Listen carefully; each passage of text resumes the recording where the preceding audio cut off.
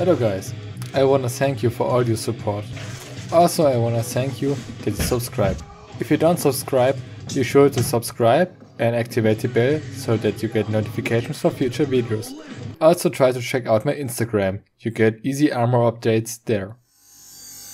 If you have any questions to my armoring or to my other projects, leave the questions in the comment below. And now, let's go and moving on to the build.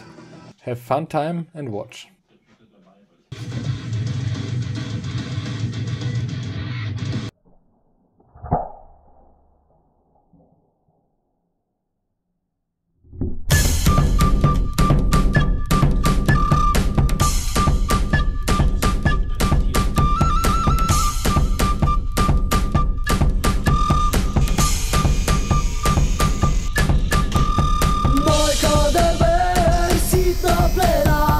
My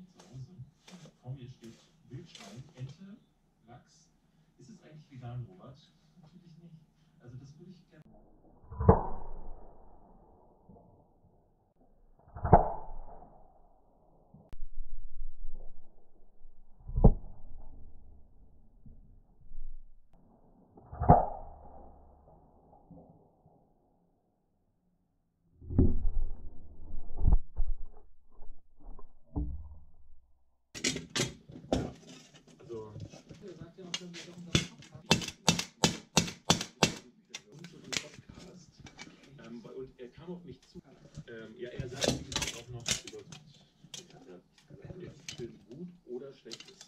Beziehungsweise kann man Bestandteile eines Films objektiv oder als gut oder schlecht bewerten. Das finde ich immer bei Videospielen, kann man das ganz klar sagen, weil da kannst du sagen, okay, verbuggt oder nicht verbuggt.